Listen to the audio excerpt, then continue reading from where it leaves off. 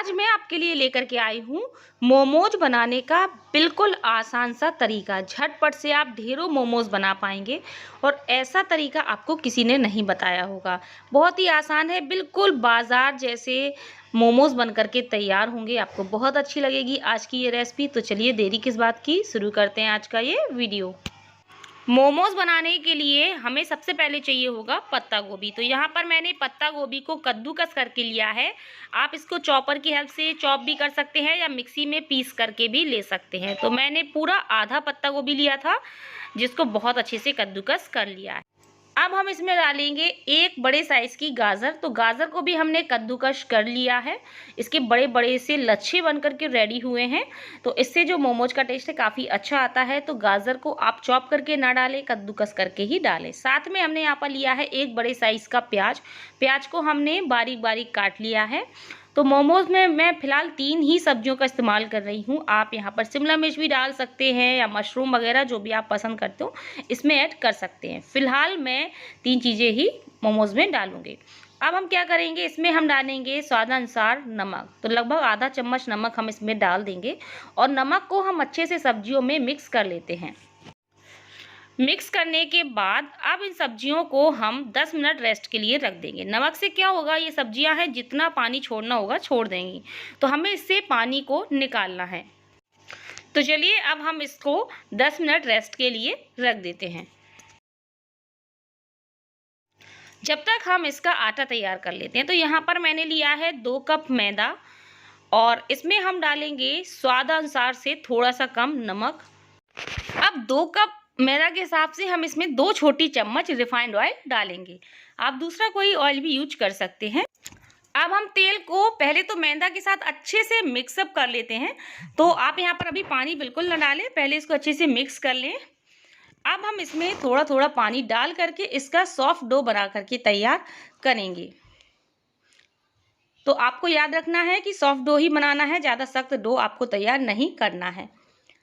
तो हमने मैदा को गूँथ लिया है और इसका सॉफ्ट डो तैयार किया है। अब थोड़ा सा हम ऑयल और ले लेते हैं हाथों में और ऊपर से हम लगा करके इसको अच्छे से चिकना करेंगे मसल करके, ताकि ये हाथों में चिपके ना, क्योंकि मैदा में ग्लूटेन होता है जिसकी वजह से ये हाथों में थोड़ा सा चिपकता है। तो अब हम इसको फिर से मसल करके एक बारी चिकना करके अच्छे से सेट कर लेते हैं। तो लीजिए, जो आटा है मोमोज के लिए बिल्कुल रेडी है। अब हम इसको 10 मिनट रेस्ट के लिए रख देंगे ताकि ये अच्छे से सेट हो जाए। यहाँ पर 10 मिनट हो चुके हैं और जो हमारी फिलिंग थी उसमें हमने नमक मिला के रखा हुआ था, इसने काफ़ी हद तक पानी छोड़ दिया है। आप देख सकते हैं, हो सकता है आपको नज़र ना आ रहा होगा। अभी हम इसको पानी को निकालेंगे।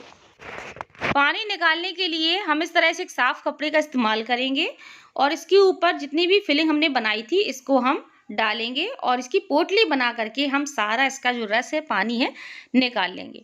यहाँ पर मुझसे एक मिस्टेक हो गई कि जब मैंने आटा गूँथा था तो उस टाइम हम इस पानी से आटा गूँथ सकते थे, बट मेरे दिमाग में बिल्कुल नहीं रहा। जैसा कि पता है आपको, मैं बहुत भुलक्कड़ हूँ।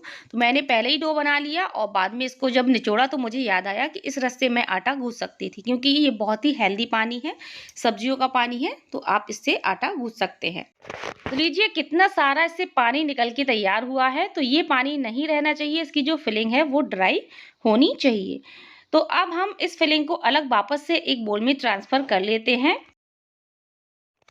अब हम इसको अलग अलग कर लेते हैं। अब इसमें हम कुछ चीज़ें ऐड करेंगे जो कि ठेले वाले मिलाते हैं, जिससे मोमोज का फ्लेवर है बहुत बढ़िया आता है। तो इसमें हम डालेंगे बारीक कटा हुआ लहसुन। तो जो ठेले वाले होते हैं वो लहसुन की क्वांटिटी बहुत ज़्यादा करते हैं, बट मुझे इतना ज़्यादा लहसुन पसंद नहीं होता है, काफ़ी स्मेल भी आती है लहसुन की। तो लहसुन हिसाब से ही डालें, मैंने 6-7 कली ही डाली हैं।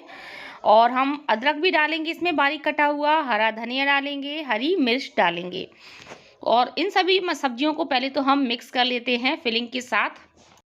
कुछ लोग इस फिलिंग को पहले कढ़ाई में पकाते हैं, बट मैं नहीं कहूँगी, कोई ज़रूरत नहीं है, क्योंकि बहुत अच्छे से ये स्टीम हो जाती हैं तो आपको पता भी नहीं चलेगा कि हमने इसमें कच्ची फिलिंग का इस्तेमाल किया है। अब हम इसमें थोड़ी सी डालेंगे काली मिर्च का पाउडर। तो काली मिर्च ज़रूर डालें, ये बहुत ही इंपॉर्टेंट है, सभी लोग डालते हैं, इससे जो फ्लेवर है बहुत अच्छा आता है और इसमें कोई भी एक्स्ट्रा मसाला नहीं जाएगा, ओनली काली मिर्च ही इसमें जाएगी। आप चाहे तो लाल मिर्च इसमें डाल सकते हैं, फिलहाल मैं इसमें कुछ भी नहीं डाल रही हूँ। तो लीजिए, बिना झंझट वाली हमारी फिलिंग बनकर के तैयार है। ना तो हमें इसको कढ़ाई में पकाना है, कुछ नहीं करना, बन करके रेडी है। अब हमारा जो आटा था वो भी बहुत अच्छे से सेट हो गया है, तो अब हम बनाना स्टार्ट करेंगे मोमोज़। तो इसके लिए सबसे पहले तो हम मैदा को निकाल करके एक बारी फिर से अच्छे से मसल करके चिकना कर लेते हैं। आधा मैदा हम ले लेते हैं, इसको हम 2 भागों में डिवाइड करेंगे। अब मेरी बात ध्यान से सुनिएगा।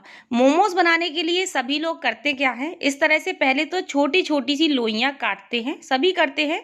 आपने भी यूट्यूब पर बहुत वीडियो ऐसे देखे होंगे। लोइयाँ काटने के बाद इन एक-एक लोई को ये लोग पूड़ी की तरह बेलते हैं। तो ये प्रोसेस काफ़ी लेंदी हो जाता है, बहुत टाइम लग जाता है। तो मैं आपको एक ऐसा तरीका बताऊँगी जिससे आप एक बार में ही ढेरों मोमोज़ बना पाएँगे। क्योंकि बार-बार इस तरह बेलने में दिक्कत भी होती है, साइज़ एक सा नहीं आ पाता है। तो इसके लिए आपको करना क्या है, हमने 2 भागों में इस लोई को बाँटा था, एक लोई को हम अलग रख देंगे और एक का हम बढ़िया बड़ा-सा पेड़ा बना कर के तैयार कर लेंगे। अब हम इसमें परथन लगाएँगे और इसकी हम खूब बड़ी-सी रोटी बना कर के तैयार करेंगे। तो इससे एकदम इवनली रोटी बिल जाती है। मतलब आप अलग-अलग बेलते हैं ना, तो कभी पूड़ी जो है मोटी हो जाएगी, कभी पतली हो जाएगी। तो आपको बिल्कुल चारों तरफ से एक सा एकदम पतला-पतला इसको बेल लेना है। ज़रूरत पड़े तो आप इसमें थोड़ा बहुत मैदा स्प्रिंकल कर लीजिएगा, यानी कि परथन लगा लीजिएगा अगर ये चिपकने लगे। तो आप देख सकते हैं मैंने इसको कितना पतला बेल लिया है, बिल्कुल इवनली हर जगह बिल्कुल एक सा बेलना है आपको। तो इतना पतला करना है कि अगर आप इसको हाथों में लेते हैं तो आपको एक झलक सी आए अपनी हथेलियों की। ये देखिए, बिल्कुल मुझे समझ में आ रहा है कि मेरी हथेलियाँ नीचे की तरफ मुझे नज़र आ रही हैं। बस इतना पतला हमने इसको बड़े साइज़ में बेल लिया है।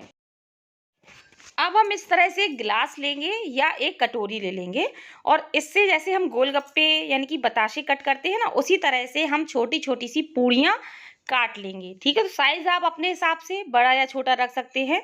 कुछ लोग बड़े-बड़े मोमोज़ बनाते हैं, पर आज मैं ना बिल्कुल ठेले वालों जैसे छोटे-छोटे से मोमोज़ बनाने वाली हूँ। तो इसी तरह से हम सभी पूड़ियाँ कट कर लेते हैं। तो इससे आपका काम बहुत ही आसान हो जाएगा, आपको बार-बार पूड़ियाँ नहीं बेलनी पड़ेंगी और एक ही शेप की, एक ही साइज़ की आपकी पूड़ियाँ बन कर के तैयार होंगी। तो ये जो साइड के आपके किनारे बचे हैं, इसको आप अगली बार बेलने में इस्तेमाल कर लीजिएगा और इन सभी पूड़ियों को हम उठा करके अलग थाली में रख लेते हैं। तो देखा, एक ही बार में कितनी सारी पूड़ियाँ बन कर के तैयार हो गई हैं। अब मैं आपको बताती हूँ मोमोज़ बनाने का तरीका।